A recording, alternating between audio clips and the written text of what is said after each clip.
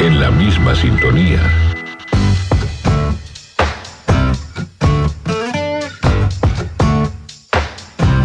Quiero saludar con mucho gusto al doctor Leonardo Lee. Eres psicólogo, tienes maestría en Gestalt, estudios en psicoanálisis, terapia sistemática, existencialismo, especialista en adicciones, que en algún momento vamos a hacer un programa con sobre adicciones contigo. Y tú aseguras, doctor Leonardo Lee, que si los padres son felices, los hijos son felices. Suena tan sencillito, pero creo que es hondo lo que quieres decir con esto. Bienvenido. Muchas gracias. Pues sí, de alguna manera es cierto este concepto. Si los padres son felices, los hijos son felices, pero tendríamos que definir primero la felicidad, ¿no? Uh-huh. La felicidad no es un estado emocional que está provocado por un placer temporal. Eso hay que tener mucho cuidado. Los placeres temporales no son la felicidad, precisamente son placeres temporales. La felicidad es un estado de ánimo mucho más estable, mucho más sobrio, mucho más ecuánime, y no por eso quiere decir que no se disfrute la vida, porque precisamente es felicidad, ¿no? ¿La felicidad está en el cerebro? Es decir, en la forma de pensar, en la actitud que tienes, en cómo enfrentas la vida. De alguna manera sí.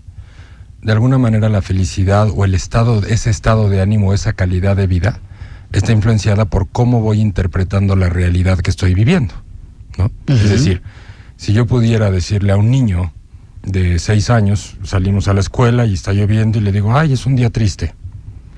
No, pues ya le partiste. Y si le digo a otro niño de la misma edad, cuando salimos que es un día bonito, que la naturaleza se rejuvenece con la lluvia, bla, bla, bla, llaman de 2 sistemas de creencia y 2 interpretaciones sobre la misma realidad. Sin embargo, esa interpretación de la realidad va a dar una diferencia en la calidad de vida. A ver, Leonardo, creo que hay mucho de qué platicar en este sentido, porque yo recuerdo cuando era niña, al igual que muchos de ustedes, que cuando los adultos hablaban, tú no podías estar presente. Uh-huh. Escúchele de aquí. Usted no puede estar aquí, esto es una plática de adultos. Me sorprende enormemente que hoy los niños están completamente involucrados en las pláticas de adultos. Y esas pláticas pueden ir contra un gobierno, uh-huh, pueden ir contra los quejosos en fin, puede ser violenta esa plática, puede ser una plática depresiva, puede ser, etcétera. Eso se les transmite a los niños. ¿En qué momento les permitimos entrar a esas pláticas? Uh-huh. ¿Por qué? Pues es como un proceso evolutivo, ¿no? Si nos vamos, no sé, vamos a pensar 3, 4 generaciones hacia atrás.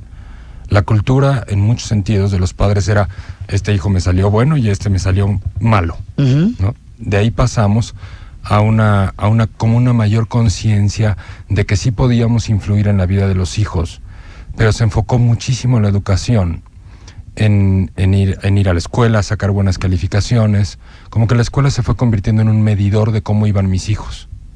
Y recientemente estamos entrando en una nueva etapa. Resulta que sí es importante la estimulación emocional, que sí es importante además quererlos, que sí es importante que tengan autoestima, ¿no? Ahora resulta que el bullying, que siempre ha existido, nada más que ahora se está poniendo más de moda, pero porque por lo menos yo cuando era niño en la escuela, yo era buleado no nada más por mis compañeros de clase, por los maestros también, y nadie intervenía.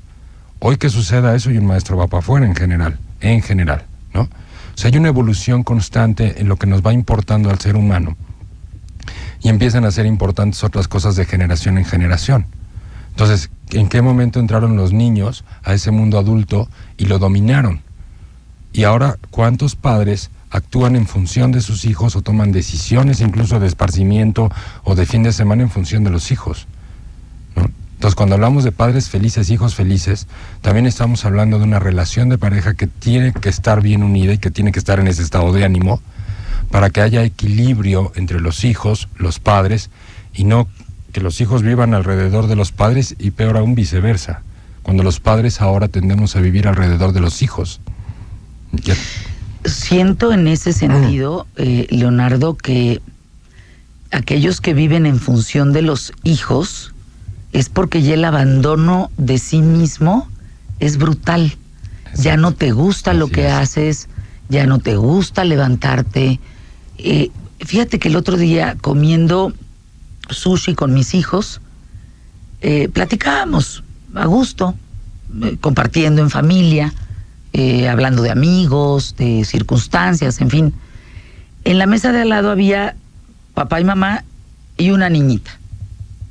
Si la niñita decía A, los papás automáticamente rompían el silencio para decir ¿qué necesitas? O sea, todo era en función de lo que la niña hacía. Nunca hubo una conversación entre ellos. Nunca hubo, oye, ¿te está gustando lo que estás comiendo? Oye, ¿te puedo ofrecer café, ese tanto? Nada. Todo era en función de la mocosa. Uh-huh. ¿En qué momento nos perdimos nosotros como adultos? Porque cada vez a través de redes sociales, por ejemplo, leo y escucho y veo y tengo este pulso de un micrófono cotidianamente, uh-huh. de gente que se queja más de lo que le pasa en la vida y deja de ver lo que tiene Uh-huh. para señalar constantemente lo que no tiene. Exacto. Entonces, siento que estamos como muy perdidos. Sí, hemos entrado en una etapa. Bueno, en el tema de los hijos, eso es verdad, hay una tendencia, ¿no?, a vivir alrededor de los hijos, a vivir para ellos en vez de con ellos. Y cuando vivo a través de ellos no tengo que asumir la responsabilidad completa de mi vida. Tengo una bola de justificaciones.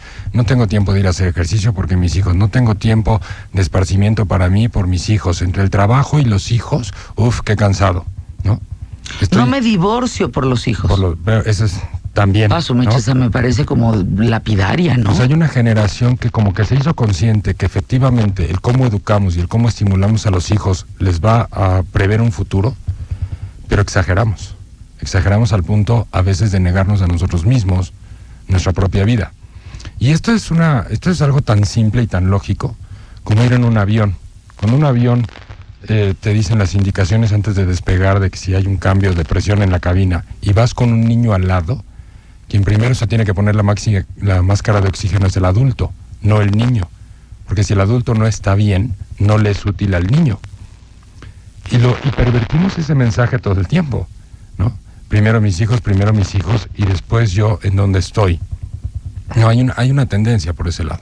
¿Qué mensaje mandamos? Qué bruto, es desgarrador. Porque el mensaje, acuérdate que la educación es mucho a través del ejemplo. Si yo los prepondero a ellos y me quito del camino, ellos a la vez repetirán lo mismo. Se van a quitar del camino para preponderar a otro. Aparentemente, porque en el fondo estamos mandando un mensaje en donde les estamos permitiendo. Cuando yo giro alrededor de un hijo, es decir, vivo para él, estoy generando un egoísmo muy grande en él. Y el ego, ese egoísmo llamado ego, es el enemigo de la autoestima. Es decir, si el ego sube, la autoestima baja y viceversa. A ver, ponnos ejemplos, por favor. Es decir, una persona egoísta es una persona que científicamente hablando tiene 3 características. Va a tender a ser dependiente emocional o material, va a tener baja conciencia de los demás y va a tener baja tolerancia a la frustración. Uh-huh. Eso es una persona egoísta. De hecho, un bebé nace egoísta, no tiene conciencia de los demás, es 100% dependiente y tiene muy baja tolerancia a la frustración, ¿no? Entonces, cuando un adulto tiene un ego elevado, pues está en un estado infantil donde no ha madurado. Si yo vivo para mis hijos, no les estoy enseñando la tolerancia a la frustración, no les estoy enseñando a tener conciencia de los demás, no les estoy enseñando el respeto a su padre, a su madre y a las figuras de autoridad en general, que de adulto lo va a necesitar. O sea, estoy manteniendo a mis hijos egoístas, inmaduros. No los estoy educando para que realmente puedan vivir sin mí. Ese debería ser el objetivo, ¿no? Soltarlos. Que puedan vivir sin mí, respetándose a sí mismos, responsables de sus talentos, no soberbios sobre sus talentos, sino al revés, responsables y humildes ante sus virtudes y sus talentos, para que su autoestima o amor propio esté en un proceso creciente constante. Uh-huh. Leonardo, ¿sigue existiendo aquella tesis de lo que enseñas hasta los 7 años ya es irreversible? Bueno, sí y no.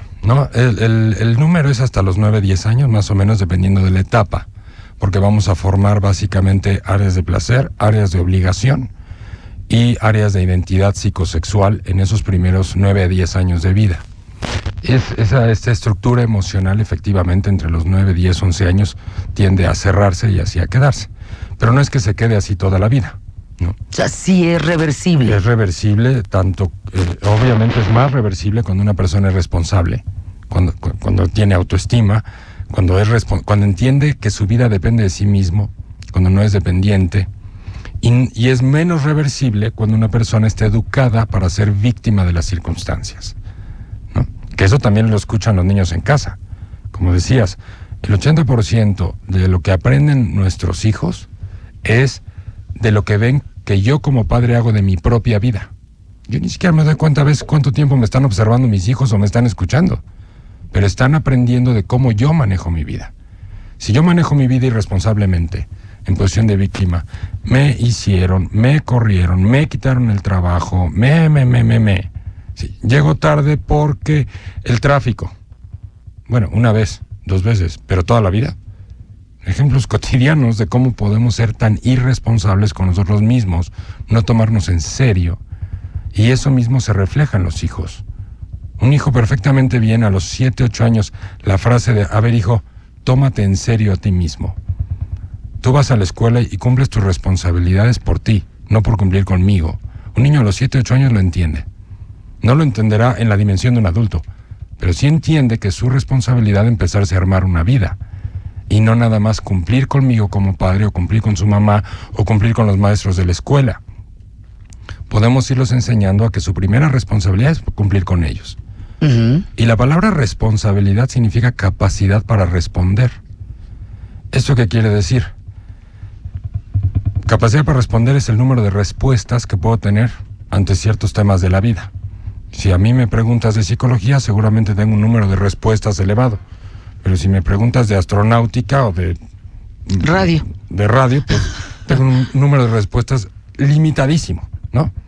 Entonces, esto quiere decir que entre más respuestas tengo ante la vida, acerca del funcionamiento de la vida, de la conciencia de mí, la conciencia del otro, voy a ser más asertivo para tener una calidad de vida porque tengo más capacidad para lograr lo que quiero. De tal manera que si yo puedo empezar a fomentar responsabilidad en los niños a los 5 o 6 años, o sea, capacidad para responder, ¿cuántas respuestas lograrán tener ante la vida cuando ya tienen 18? Es que ese es el problema. Ese es justamente el tema que hoy algo no está cuadrando. Porque este cobijo, esta protección, tú y yo somos amigos, tengo la capacidad de meterme hasta en tu sexualidad de los hijos, perdón, ¿cómo? A mí me parece que se están cometiendo graves errores, que el péndulo de la vida, de no entras en una conversación de adultos, aquí se cumple con la escuela, nada de eso es negociable, aquí tú quieres un dulce, pues te tienes que portar bien, etcétera. Fue el péndulo y pegó del lado contrario. Exacto. No te preocupes, tú ligerito. He escuchado a mamás mentarle la madre a maestras de tú no le hables así a mi hijo, tú no le pongas esto, tú no le dejes esta tarea, pobrecito chamaco. Así es. Y digo, y estamos construyendo unos reyesitos y unas princesitas y reinitas que a ver cómo demonios vamos a controlar en un futuro. Vamos a una pausa, regresamos con el doctor Leonardo Lee, psicólogo. Tu teléfono, Leonardo, para quien quiera comunicarse contigo, ¿quién es? 52 55 46 91. 52 55 46 91. Pausa, volvemos. En un momento regresamos. Fernanda es familiar. Yo explico, ¿saben cómo? Como si estuviéramos todos en un domingo en una comida familiar, que lo puede oír la de 10 y lo puede oír la de 80 y entenderlo. Así me gusta hablar.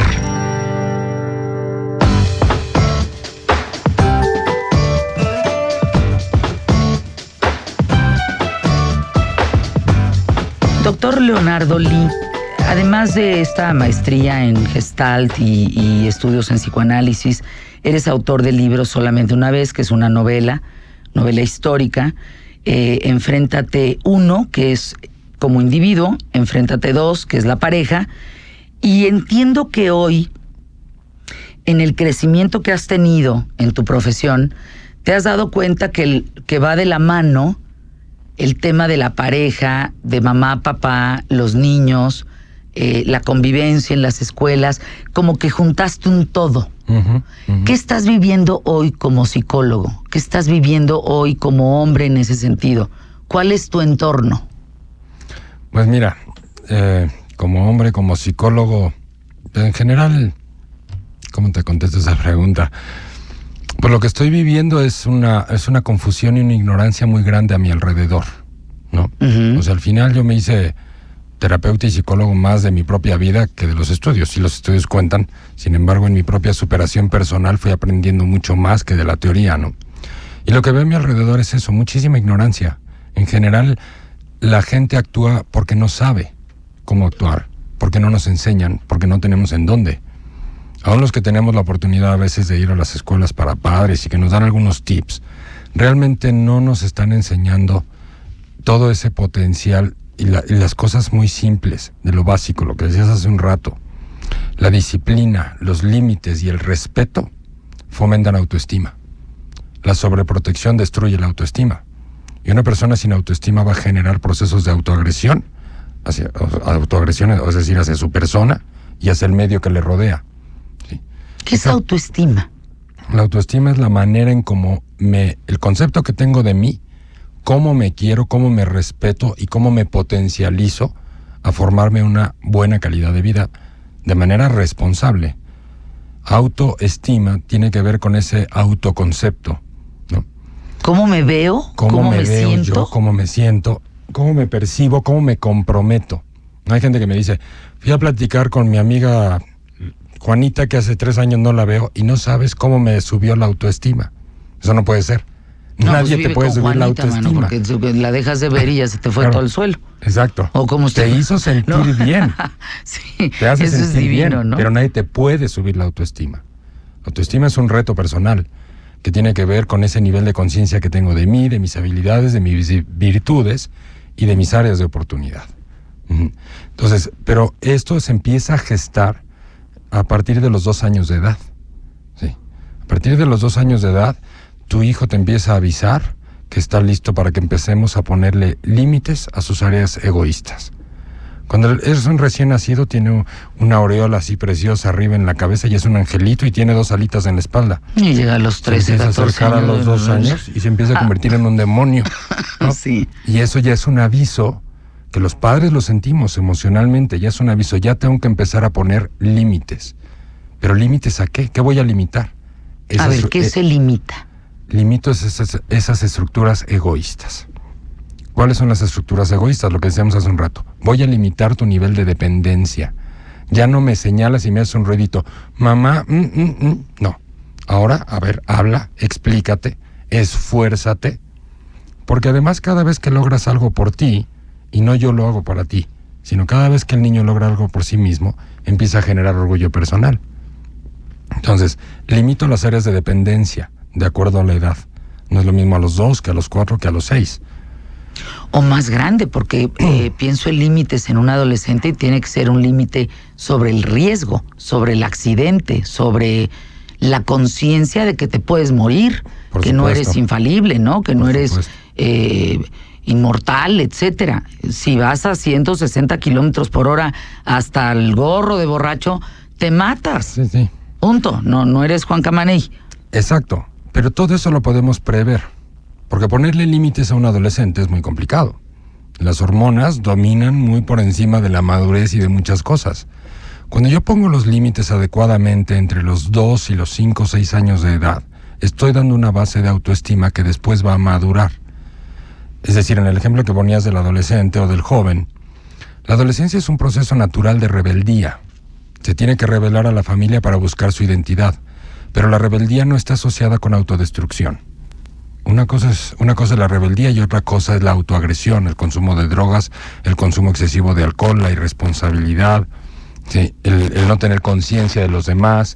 Si me prestaron el coche, voy a ir a la fiesta y paso por 4 amigos, ¿en dónde está mi conciencia de los demás, de mis amigos, el respeto a la autoridad?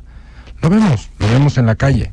Somos un pueblo con una cultura muy baja en conciencia de los demás, bajísima. Por lo mismo, porque nuestros límites no están bien puestos. Cuando yo pongo un límite y no doy una consecuencia, entonces no estoy generando realmente dignidad ni estoy generando ese proceso de autoestima. cuando no hay consecuencias. Cuando tú vas a un país del primer mundo, socialmente hablando, si brincas una regla hay una consecuencia.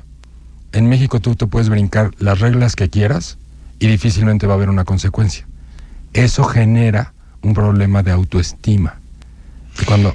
Pero, a ver, espérame tantito ahí, Leonardo. Sí. No sé si estoy muy de acuerdo en ese sentido. Ajá. Tú eres el experto, pero creo que se vale discutir esto que acabas de decir.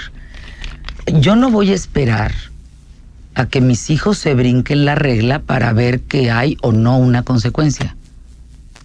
Yo los voy a enseñar a que si se rompen las reglas tiene que haber una consecuencia. Por supuesto. Para que justamente no la brinquen. Creo que vámonos un paso antes. La permisividad que existe justamente es escuchar a los adultos decir, ay, me pasó un alto, no pasó nada, ay, fíjate que engañé a no sé qué autoridad, ay, fíjate que el presidente es un tal por... Ese mensaje amplía el panorama de los mocosos para decir, pues si ellos de adultos lo hacen, yo ¿por qué no? Ese es el punto. Eso es como no exacto. antes, ¿no? Porque, ese es el tema. Porque si no nos quedamos en un país en donde siempre va a estar todo amolado y en donde, pues está bien. Es más, el que no tranza no avanza, ¿no? No, terrible, terrible. Sí, o sea, dándole un poquito de contexto, ¿no? El chiste es que no se brinquen las reglas, esa es la idea. Sin embargo, cuando el niño tiene 2, 3, 4 años, siempre va a retar la regla para ver hasta dónde puede llegar en casa. Uh-huh. Si lo hago bien cuando tiene esa edad, casi no voy a tener problemas en la adolescencia. El tema es sembrar en la infancia para tener una buena adolescencia y una mejor vida adulta. Y a veces no sembramos correctamente en la infancia, queremos corregir en la adolescencia, ya nos ponemos de tú a tú con los adolescentes y eso no se puede hacer porque ellos siempre van a ganar. Sí, porque nosotros pues, no tenemos esa fuerza emocional ni hormonal para entrar en un conflicto con un adolescente. Y obviamente la adultez va a ser más difícil aún, ¿no? Entonces, en ese contexto, si yo puedo ver un área social así descompuesta, que la gente se pasa a los semáforos, etcétera, y me llevo ese contexto social a mi hogar, en donde hay 4 o 5 personas que somos una familia, y ahí nos brincamos las reglas todos, y vemos quién abusa del otro, pues es igual en el hogar que igual en el concepto social. Y todo obedece a una falta de límites y consecuencias. Leonardo, ¿qué le corresponde a la escuela y qué le corresponde a la mamá y al papá? Pues a la escuela le corresponde enseñar conocimientos y debería además enseñar cómo utilizarlos en la vida real, ¿no? Fuera de eso, no le correspondería más el desarrollar una buena base de autoestima, buena base de valores, buena base de responsabilidad. Sí, todos esos valores de los que hemos hablado, conciencia del otro, etcétera, corresponde a la casa, ¿no? La escuela no debería de ser responsable de hacer personas dignas y orgullosas de sí mismas, pero tenemos otro problema también en términos educativos. Hemos creído hace varias generaciones que valemos más por lo que hacemos que por lo que somos. Entonces, si yo voy a valer algún día por lo que hago, entonces tengo que prepararme muchísimos años para hacerlo muy bien, porque ahí va mi valor. Mi valor es porque soy licenciado en psicología, mi valor es porque soy médico, o porque primero soy un buen ser humano con valores, porque me respeto, porque soy consciente de mí, porque llevo una vida adecuada, y después, sobre esa personalidad, he decidido hacer una actividad. Pero mientras que sigamos pensando que valgo por lo que hago, entonces la escuela tiene muchísimo peso, la profesión también, y eso es lo que sucede y lo vemos en muchos lugares. Hay mucha gente que, de acuerdo a lo que hace, pareciera hasta importante o muy importante, y sin embargo no tienen una buena calidad de vida personal. Es curioso esta forma de pensar, si lo hace el de al lado, ¿yo por qué no lo voy a hacer? Uh-huh. Es algo muy arraigado en los chavos hoy en día. Pero si ya todo el salón vio la película, escúchale, pues, ¿y? O sea, eres diferente a todo el salón, no verás la película, no estás en edad de verla. Uh-huh. Como padres no nos fijamos, por ejemplo, las edades cuando compramos un videojuego. Lo compramos porque es el que está de moda. Me parece que estamos cayendo mucho hacia afuera y que el resto del grupo es el que dirige, decide lo que es bueno para uno, y no el adulto que está finalmente para dirigir tu vida y encaminarla lo mejor que se pueda. Por supuesto. Entren a www.leoli o lee, ¿no? Para que sí, leolee o leoli.mx para que tengan una perspectiva más del trabajo del doctor con el que estamos hoy en ¿Qué tal, Fernanda? Hacemos una pausa, regresamos, quédense con nosotros. Fernanda está en Facebook.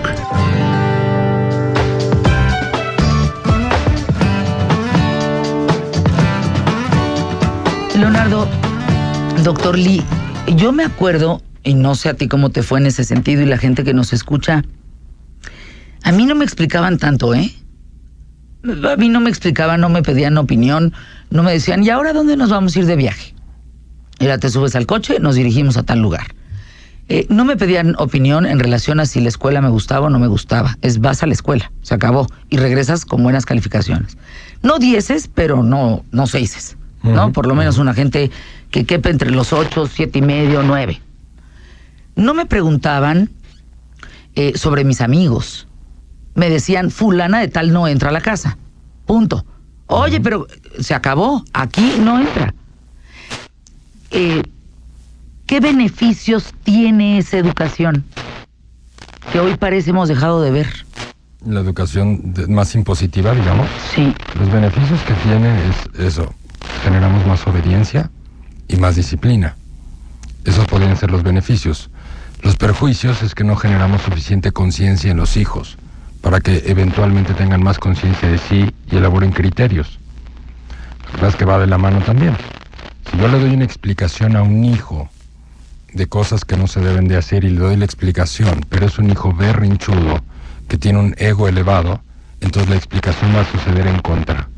Sí, porque entonces me estoy faltando el respeto a mí como padre frente a mi hijo, porque una de las reglas es que yo no doy una explicación si no estoy teniendo una relación de respeto con un adulto y menos con un niño. Una explicación es un beneficio que yo otorgo, es un esfuerzo que estoy haciendo por la persona para explicarle las cosas. Si mientras que estoy dando la explicación la otra persona me está ofendiendo, me está gritando, o en el caso de un niño me está haciendo un berrinche, entonces yo no otorgo ese beneficio. Como buen papá y buena mamá, también me tengo que dar a respetar frente a mis hijos. No nada más es todo ellos y los educo. Porque lo que yo haga conmigo, si yo me doy a respetar frente a ellos, ellos van a aprender a respetarse a sí mismos y a darse a respetar frente a los demás. Si yo permito que un hijo me grite y me haga un berrinche, me dé una pataleta en un lugar público, en un restaurante, en un parque, y por el qué dirán, no lo reprimo, no bajo esa actitud, que finalmente un berrinche es un dolor real en un niño, es un sufrimiento real, y no logro controlarlo, ¿cuál es el mensaje que estoy enviando? Que cada Puedes vez, hacer lo que se te da tu gana. claro, y que cada vez que te pongas mal y que pierdas el control de ti, vas a obtener algo de mí. Oh, híjole. A muchos adultos les Ahora pasa eso. baja ese balón con un jefe cuando crezcas y tengas que trabajar, Pero te a vas al caramba. A muchos adultos les pasa, incluso en matrimonios. Sí, cuando pelea un matrimonio, en general, es porque estoy perdiendo el control de mí por controlarte a ti. Y como no te dejas controlar, me voy enojando cada vez más y me voy descomponiendo más. Estoy perdiendo el control de mí por controlarte a ti. Si eso me pasa con mis hijos, ¿cuál es el mensaje que estoy enviando? ¿Y qué mensaje se va a quedar? Para toda una vida. ¿Sí? Que tengo derecho a perder el control. Y aguas todos. Aguas tíos, primos, todo, familia. Hagan todo lo que yo digo porque pierdo el control, abusados. No puede ser. Bueno, está implícito en la frase, ¿no? Aguas, porque pierdo el control. Y si yo pierdo el control, entonces ya no soy quien soy. Porque me gusta controlar. Está implícito, ¿no? Es pierdo el control. Así es. Pero así empiezan los niños desde chiquitos. Empiezan a intentar, en esa dependencia, intentan lograr que los papás hagan lo que ellos quieren. En el ejemplo que ponías, pues no. O sea, nosotros no fuimos así educados, por lo menos en mi época tampoco. O sea, no se hacía lo que nosotros decíamos. Se hacía lo que los padres decían. Sí, a mí me sigue gustando el no, punto. Se acabó. Oye, que no, punto, se acabó. No se negocia. Oye, que no dije. Punto. O sea, ya no hay explicación, es no se negocia, punto, se acabó. Esa parte me parece que hemos entrado mucho en el cuidado con la nalgada, porque entonces los vamos a traumar. Hay que estimularlos, sobreestimularlos para que entonces puedan afrontar la vida. Hay que soltarlos para que sean independientes. Ay, no, Leonardo, yo creo que no. Bueno, es un punto de vista de lo que veo a la redonda, en donde veo verdaderamente mucho deschongue.